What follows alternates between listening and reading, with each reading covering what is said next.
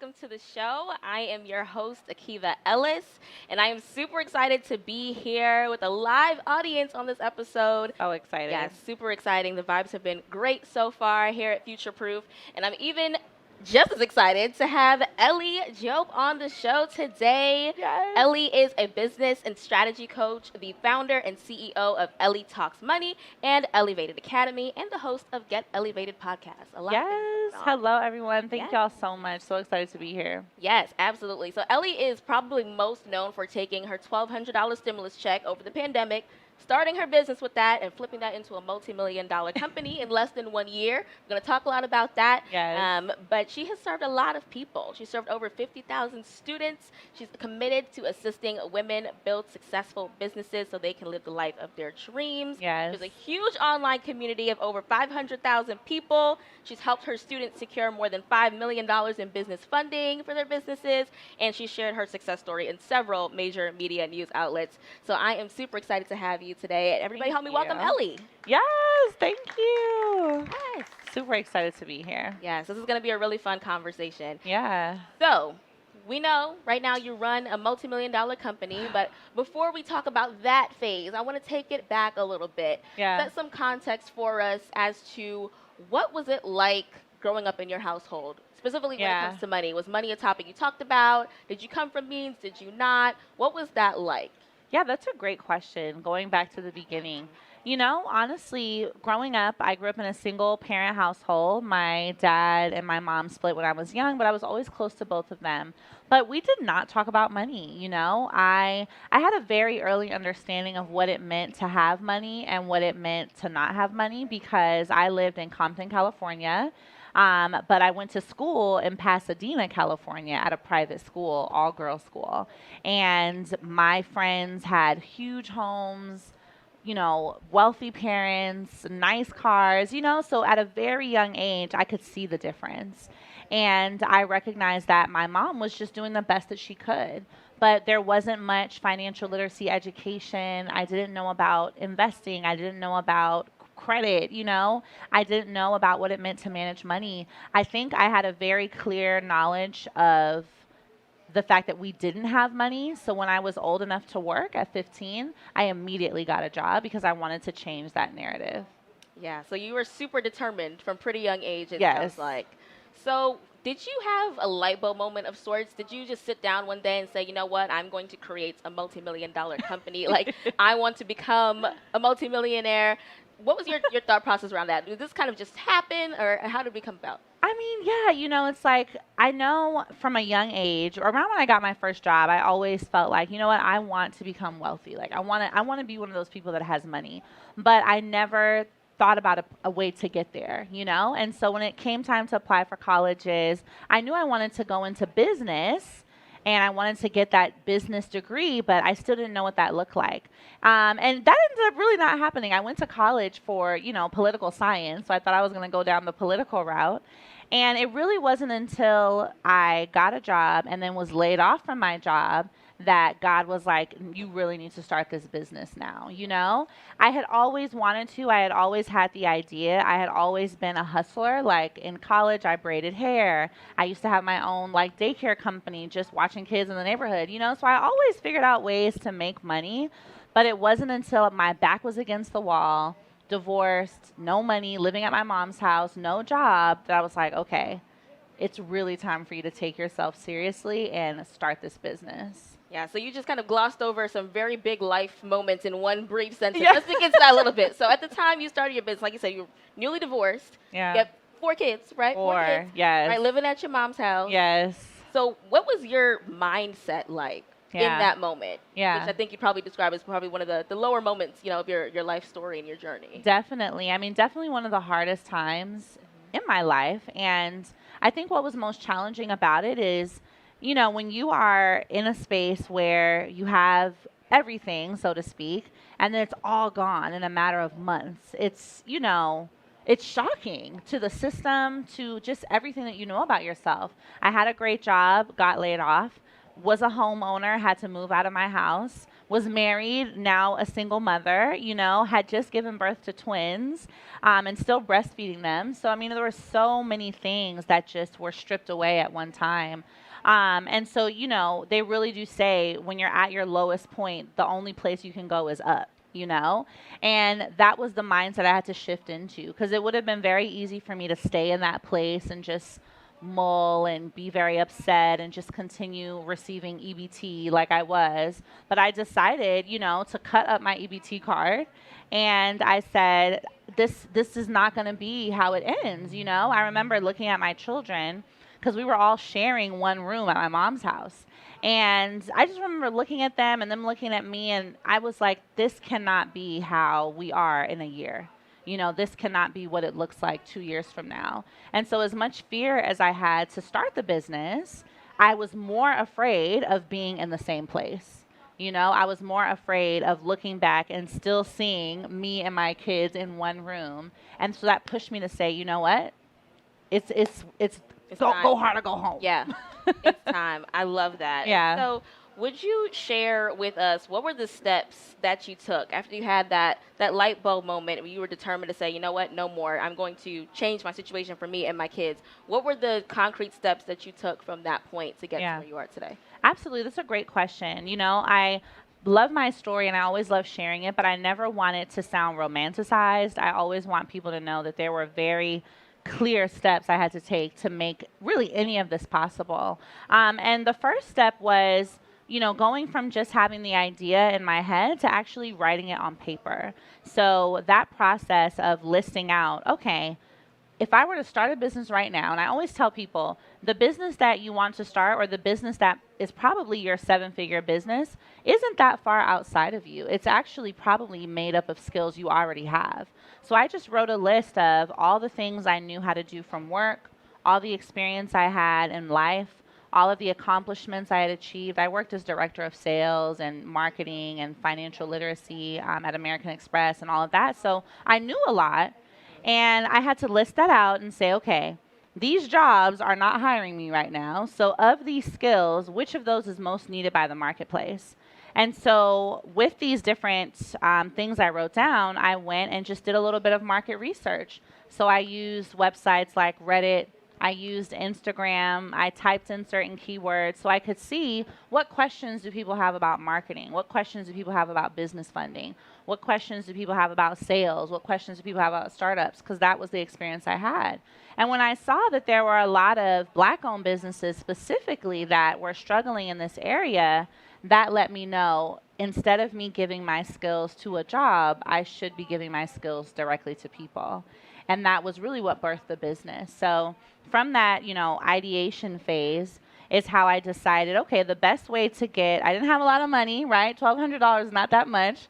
So once I knew that money was coming, the stimulus check, I began to make a plan for it. So just a small budget.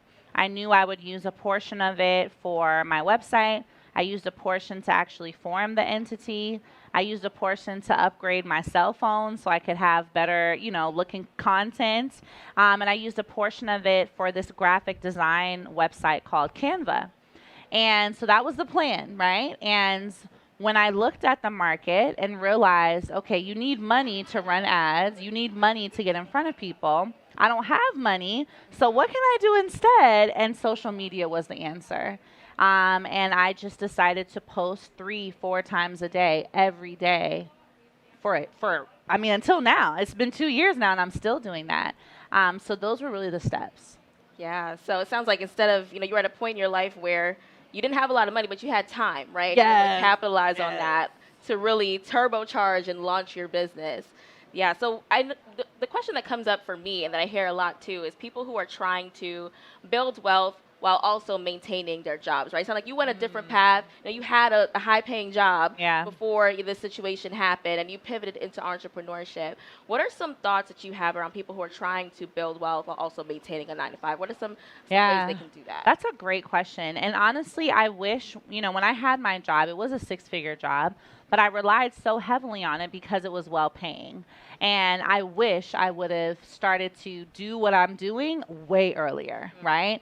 And And so my biggest tip for 9 to 5ers that I work with now is don't wait until the job quits you to start thinking about a business. A lot of the time you're in position to start consulting or even just packaging up what you know how to do in an ebook, in a class, in content on YouTube, and getting paid for that. You should always be building outside of yourself all the time.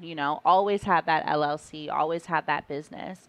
And what I also want people to understand with regard to that, I think a lot of the time we think we don't have time to have a business outside of our job, but truly running a business online can be as simple as an online store, a drop shipping store, which is where you're just basically sending out e-commerce products.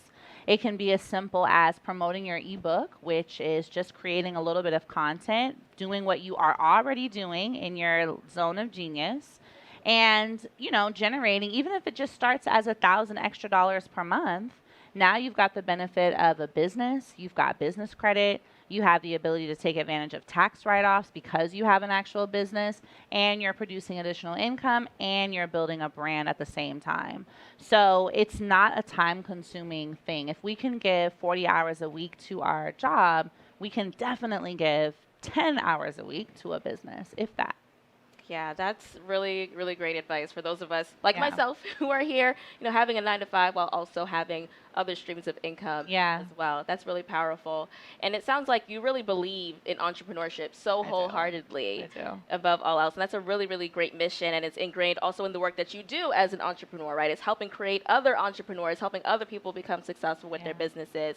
So for those who are unfamiliar, can you share a little bit about the work that you're doing through your business and also the impact that you've been able to have on other entrepreneurs' lives? Absolutely. I do really believe in entrepreneurship. I believe we should all be business owners. We should all be entrepreneurs. And I never want that to sound like that means we shouldn't also all have jobs. You can have a job and be a business owner at the same time. For me, those are not mutually exclusive. I think what is really important is, and what I have set my mission to do in my business is to create more access to entrepreneurship. I feel like there is this wall, so to speak, where people think, just like I did, that you have to have a certain amount of money to be an entrepreneur.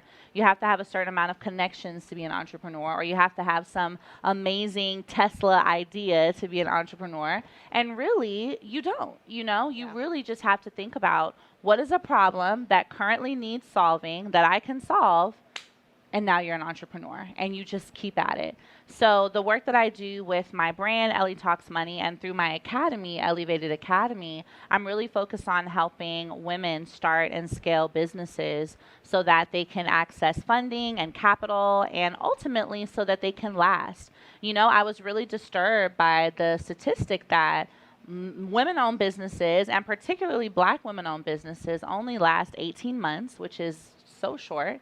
Yeah. And they're typically severely underfunded. For every $10,000 a black woman-owned business gets, every other business will get 150,000 or 200,000, and that's a stark difference. And I realize it's not because women-owned businesses are not good businesses. We just don't know how to market ourselves and prepare ourselves to get funding. So that's a huge part of what I do, is teach women how they can start the proper way, how they can position themselves to get the capital through business credit, business plans, grants, and then a huge focus on how to actually build the wealth. So what do you do with the money you make? You invest it, you hire your kids, you buy property, you get passive income streams. So that's what we do. And so far, there's over 500,000 people on the wave. So Yes. it's exciting. That is amazing. And I'm always amazed at the impact that you're able to make with Thank you. your business and endeavors. Thank you.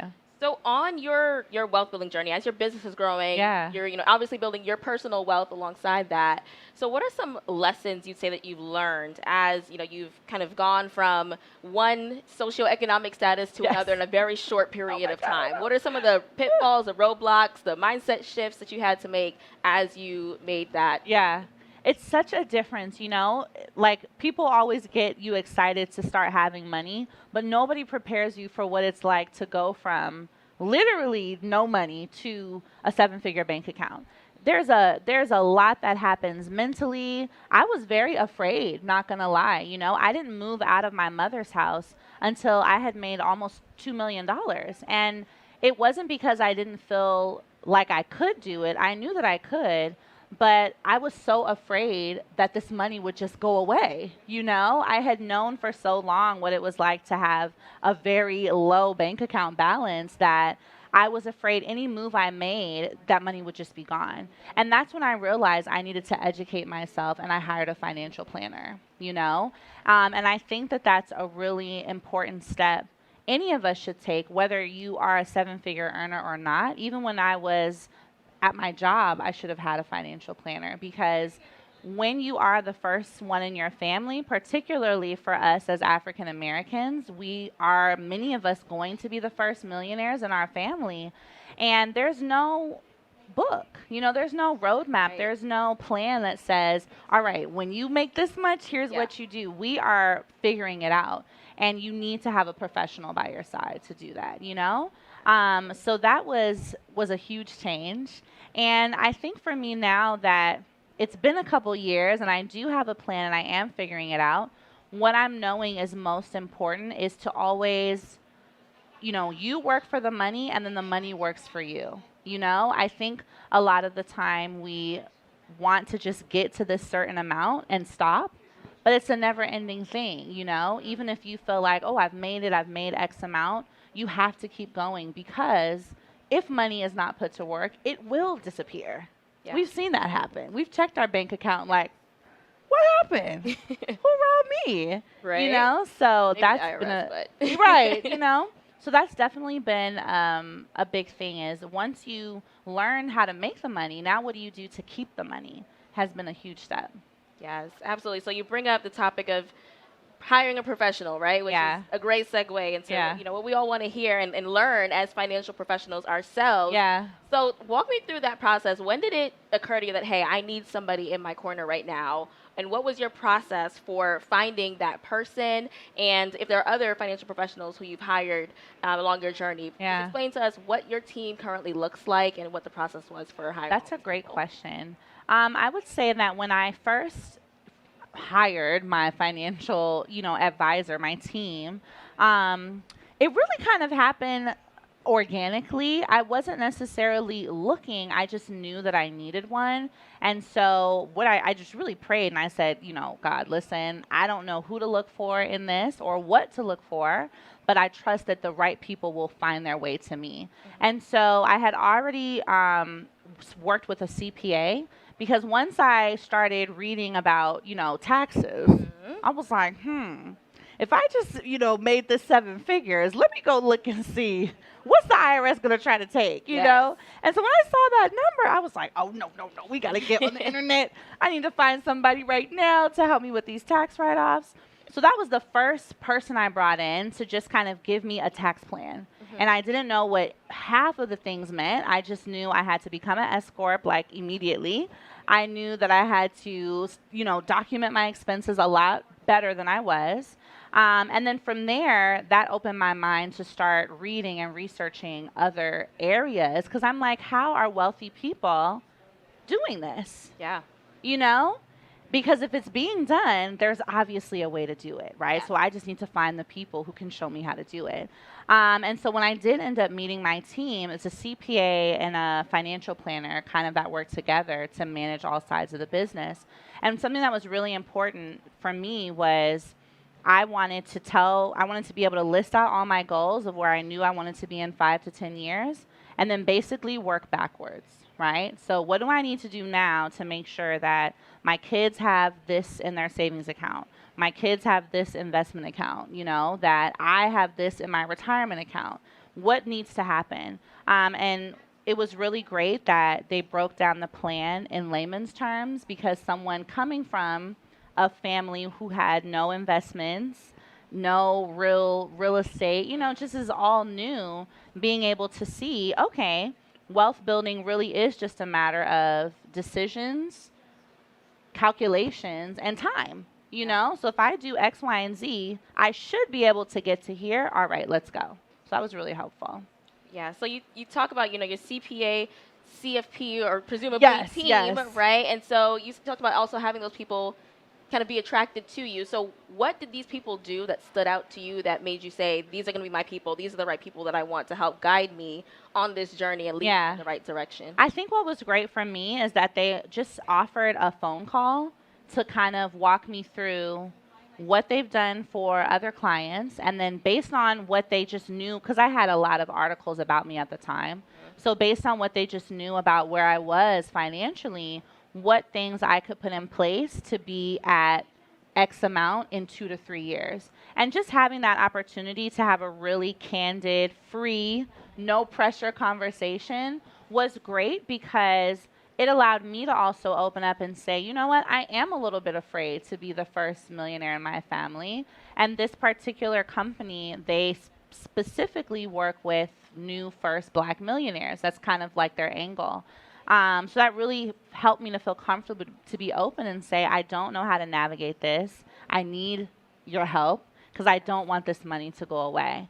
And so just being able to open up, just being able to be honest on that and not feel judged because I think at times it can feel a little bit like you feel, dumb if you don't know things like investments, like what the stock market is, what an index fund is, how to build a wealth plan, how to budget in the best way. You feel a little intimidated by that world, especially when you're thrust into it so quickly. Yeah. So that was definitely helpful. Just an initial conversation to bring your guard down and make you feel like, okay, we're on the same team. Right. So it sounds so far, lessons for any advisors who are listening. Yeah. Having that niche made you feel comfortable. These are people who work with many first generation Exactly. black millionaires. Specific. That's a very specific niche, and I love it. And also people who are willing to explain things to you. And this is something I've heard from pretty much every guest that I've had on the show so far. Someone who's willing to take that time to really make sure you get it, that you understand even the most basic things, that might seem basic to an advisor that people would just love to know more information about, give you that confidence. Yeah. That is really awesome. And so what else would you say, as you continue to grow your wealth and presumably hire even more advisors? I don't know if you work with attorneys or insurance agents or whoever else. I know. I had to hire some of them too. Yes. Talk about that. Talk about what kind of are the needs that you're having right now as you build your wealth and how that might be different from your needs before you have this level of wealth. And I love that question as well because the biggest thing that I've realized in doing all this and having a CFP and a CPA and an attorney and an insurance person is like, I wish I knew all this 4 years ago. I wish I didn't get to the point of being a 7-figure earner to be in this world. And it fuels my passion and my mission in my business, and all the things I learn from my team, I literally give to my audience, whether it's through a YouTube video, whether it's through a course, whether it's through content, because I feel like the more we can normalize this type of information and these types of conversations, even when you're just earning $60,000, then we will create more millionaires by default, right? But I'm realizing even as a 6-figure earner, I had no idea about any of this. And that was a problem to me. Yeah. I'm realizing I should have already been setting up a trust. Even when I was just a regular employee, I should have already been thinking about insurance. I should have already been considering investments, And so that's why this work is even more important. And now I'm hungry. I'm always looking for who else can I add to my team? What else can I learn? What strategies am I not taking advantage of? Because I don't want there to be that separation any longer. It shouldn't be that you get access to all this amazing wealth building tax strategy information once you hit the 2 comma club, You should be able to know that even in the 1 comma club, even in the no comma club, right? And so that's a big part of my business now is how do we normalize, wealth building as well as entrepreneurship. So yes, having a person to set up insurance, having an attorney, having just people that now I can call and say, hey, I just read this because I read a lot. Can I do this? Like, is this true? That is so important. And this is how we do pass it down to our kids because now that I know it, like really know it, I can teach it to my children in a very broken down way. And that was another thing that was so appealing is, you can give your money to someone and let them do it, Mhm. but it's so much better when they do it with you because then you actually know it too and you can go teach it. Yeah, absolutely. Having that collaborative approach, that teaching approach at all Yeah. times, definitely important. Would you say there are any other characteristics, any other attributes that you look for when you're hiring other types of financial professionals? I would definitely say, I think, you know, not that they need to have the experience of what I've been through, but having worked very closely with other people who have as well is definitely beneficial, like case studies. And another thing that the team I work with now did is kind of put us all on an intro call so I could meet some of the other people they had worked with, and really just hear from them, like, what do you like about this company and what has really worked for you? And I think that's really beneficial. We're in a time where there's so much information everywhere Mm, on the internet, on YouTube. People want to go and just watch a YouTube video to learn how to set up a trust. It's yeah, crazy. Times are crazy. very much so. So, with that being said, we really, I think, as professionals, even myself, we have to overgive and make people, I think, feel overly comfortable and overly included so that they resort to us versus just a Google search. So even in my own business, I make sure to over deliver in my classes, to over deliver in my community so that people always trust to come to me for the information versus YouTube. And that's another characteristic that I liked about the company I worked with and that I look for in any new professional I bring on the team is, I know where to go find it, but how do you make me feel like you are the one I should really just only listen to? Absolutely. There's so much noise on the internet these So days, much. right? So it's like to And stand people who out. don't even do it. Right, exactly. Which is that's a whole nother topic for a whole nother day. But yeah, it's really important for us as advisors to be able to do that, right? To Yeah, lend that hand, to overshare, to really show that you are along the path with people, so that they can develop that trust and that bond with you. exactly. Absolutely. So you mentioned your kids and some of the things that you are setting up for them. I always love to ask people Yes. who have kids on the show, what are you currently doing or planning to do in the future to build that multi-generational wealth? So this wealth that you're I creating lasts know. for your kids and for the next generation, the generation after that. It's so important. Do we have any parents out here? Okay, a couple. Couple, All yeah. right. A statistic that I read is that generational wealth typically is, I think it's like 50% gone or some amount gone by 70% gone by the second Yeah, generation, and then 90% gone by the third generation. yeah. I was like, oh no, no, no, no. If that Like, shirt sleeves to shirt sleeves that is concept. so Yeah. crazy. So that was another thing that really fueled me, to break that. Yeah. To break that statistic because what's causing that to happen is simply just a lack of education and a lack of documentation in the family line. So some of the things I'm doing now, my children are 8, 5, and then my twins are 3. But I've hired them into my business. So they're not doing a ton of things, especially the 3-year-olds. But what's more important is them having the concept of earning money, them having the concept of what it means to work in our own business, right? Yes, you have a job, but you have a job working for something that we're building together. So they already have that entrepreneurship seed planted. As well, I invest on their behalf. So one of the things I learned is setting up their custodial Roth IRA. So making sure to hire them and then also invest on their behalf. I have other investment accounts for them as well, life insurance for them, whole life, permanent life, so that eventually as they're older, they can borrow against their policies. But really just making these conversations about money and earning a part of the day, right? Yes. So when my kids want to buy Elsa dolls or, Xbox games or Right. Roblox, Roblox. Yeah. it's like, well, no, okay, you can buy it, but you need to earn it, right? And Yeah. if this is all you have left, you have $20, okay. So then this is what you're going to buy it from, so that there's that appreciation of money, but then also there's the understanding of money in that it's a tool, Right. right? It's a tool that you can use to get the things that you want, and it's a tool that you can use to have more of what you want later as well. So it makes it fun, and I'm confident that they will do the right thing. But in case they ever get crazy, that's what we got trust funds for.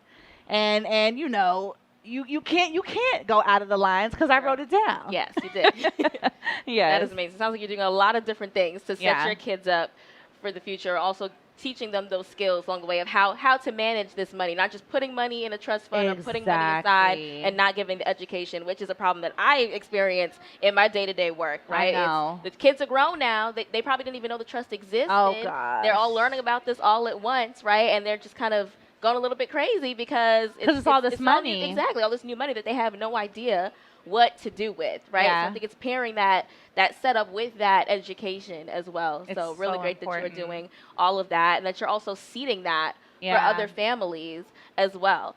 So I would love to hear a little bit more. I know you recently wrapped up a challenge, your Mommy to Millionaire challenge. I want to hear a little bit more Yeah. about that because the impact that I saw, that was being made through that challenge, I thought was really, really inspiring. So share with us exactly what Yes. happened, what just went down It was with that so challenge amazing. that people are building this multi-generational wealth for their kids too.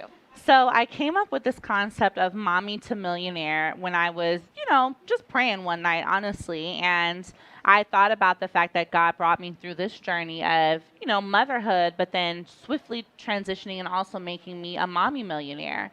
And I decided I wanted to create a community of other moms who want to also become millionaires for their children. So I've done our Mommy to Millionaire Challenge. So it's a 5-day intensive masterclass. And this last one was all about wealth building. So one of the key pillars is that all of the women who signed up, my team reached out to them to help them apply for their $1 million life insurance policy. So the goal was to get 1,000 women so that we could secure $1 billion in insurance. But we got 700 women, and so right now $700 million in policies are being written, which is like so amazing. And they're Amazing. term insurance policies, but Yeah. what's important is that it becomes normalized, Yeah. right? And so many of them walked in with no insurance, and now so many of them are walking out with it. And another part of what we do in that challenge is educate them on tax strategy, educate them on wealth building. And I have my literal financial team come and teach the classes. So the same information I myself paid, y'all retainers be Yeah. high, y'all financial planners, okay? The same information I paid my retainer to get, I wanted these moms to get for a fraction of the price. So we talked, investing, taxes, passive income, real estate. And over the course of that 5 days, at the end, they all also were put in touch with my attorney to secure their trust funds. And many of these moms are not 6-figure earners, they're 5-figure earners in some cases. But I wanted them to see these are things you can be doing now. Even if you're just investing $100 a month, you are a wealth builder, Yes. and even if you just have one home that you live in, let's still set up a trust. So it really has become a great movement. And next year we're gonna do it again. I plan to do this every twice a year, but it's really fantastic and it's growing every time. That is amazing to hear that impact. And also what stands out to me is the fact that you brought your personal team into this Yes. challenge to help your community as well, which is another lesson for, us as advisors. If we can partner with our clients, with Yes. other people, collaborations, or we can really just have that impact focus, I think Yes. the better it will be for everybody involved, including the Absolutely. advisor teams. Yeah. That is amazing.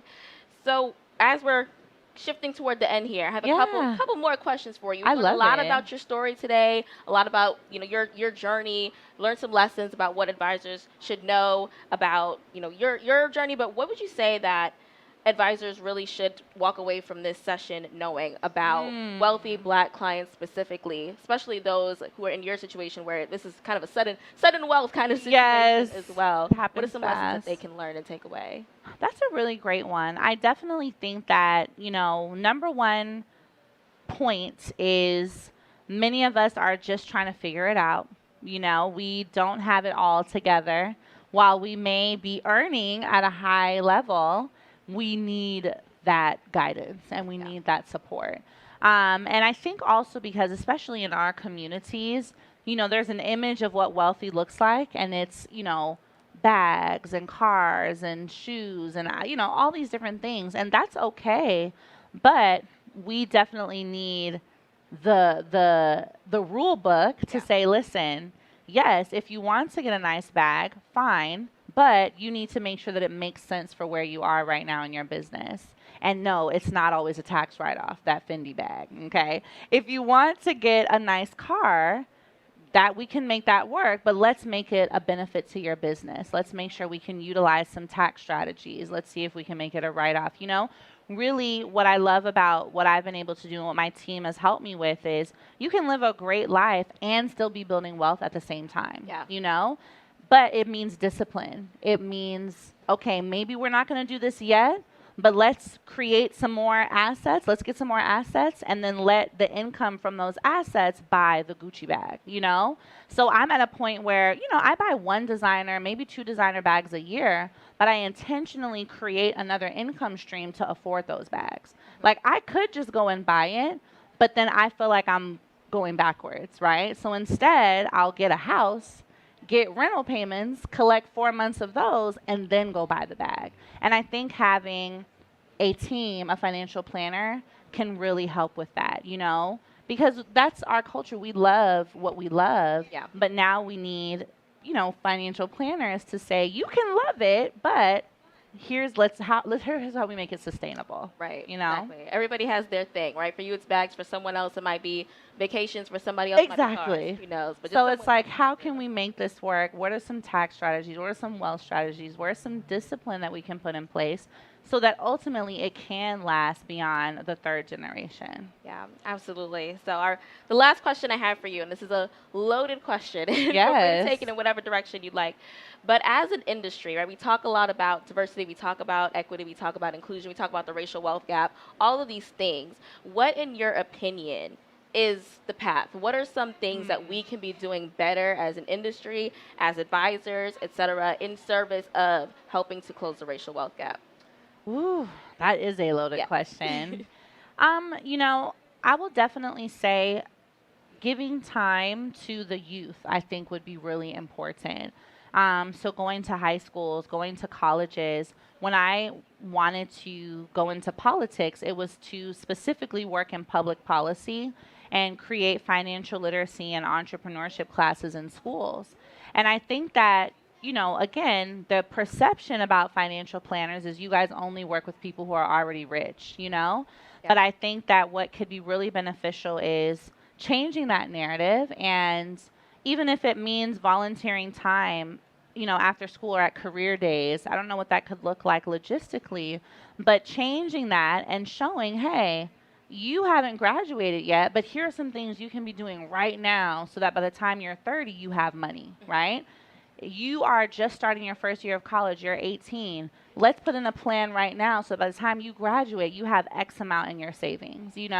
That is how we start normalizing it from such a younger age and really make the conversation smooth and easy. And then those children can also go and talk to their parents and say, hey, I met with a financial planner today.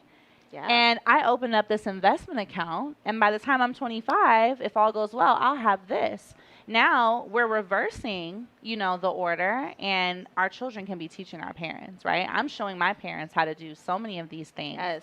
But I didn't start doing it until I already had money. So that can be a great way to move it up a little bit. So we start having those conversations from a young age, and parents and kids are at the table so that, again, we get the wealth past that third generation. Yeah, I think that early exposure is very, very, very important, to your point.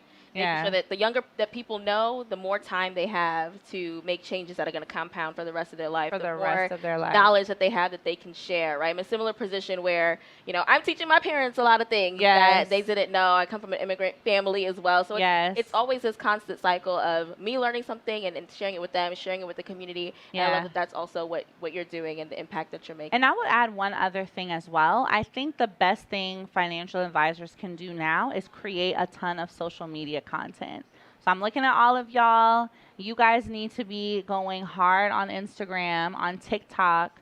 Every one of you should have an ebook, even if it's just, 10 basic wealth building concepts, because your money that you will make will not only come from the clients that you hire, but will come from people who have $25 to spend on a wealth building book, who just want to know, okay, this video was interesting. Let me see what this is about and spend my $20.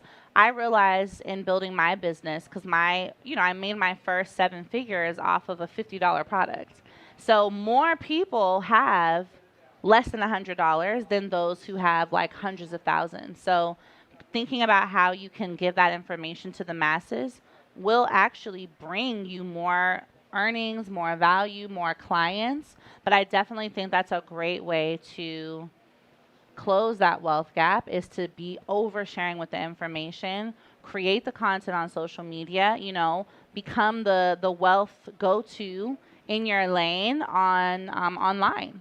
Yeah, Yeah. and really it can be a win-win. And I love that you phrased it that way and positioned it that way because often when we talk about closing the racial wealth gap, it's, oh, well, what am I supposed to be doing to serve people? We don't really think about it as something that can benefit me as well. Yes. But like you said, to your point, You if can you make can that make things money. accessible, make other ways, you can also, come out Yeah. on the good side as well. Yeah. So, Makes a big difference. amazing. Any last words of advice or tips for us?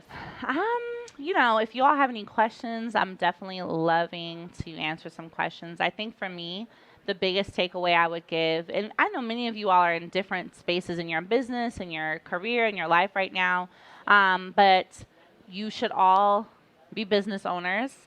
If you do not have, a separate kind of coaching or consulting or any type of way to market to a group of people and sell them a product, even if it's a digital product, it's something you should do immediately. Immediately.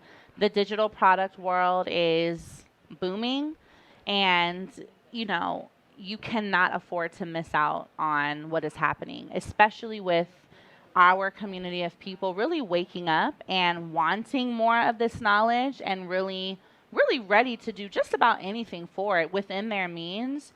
You want to be at the front of that line to say, hey, I'm here. Even if you can just get my $75 class, that's $75, right? And so 100 people or 1,000 people at $75, it's a lot of money.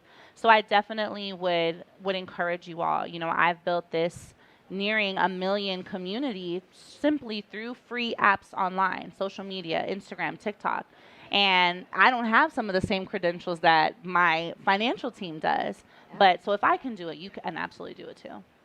Yeah. Amazing. Well, thank you so much, Ellie, for joining me today. This has been a really fun conversation. If people want to reach out to you, learn more about what you're doing, ask questions, please let us know where we can find you Yes. online. So you guys can connect at Ellie Talks Money.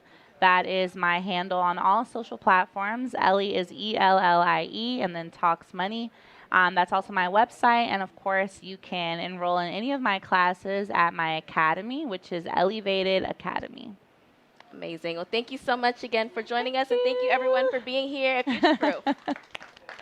Thank y'all so much.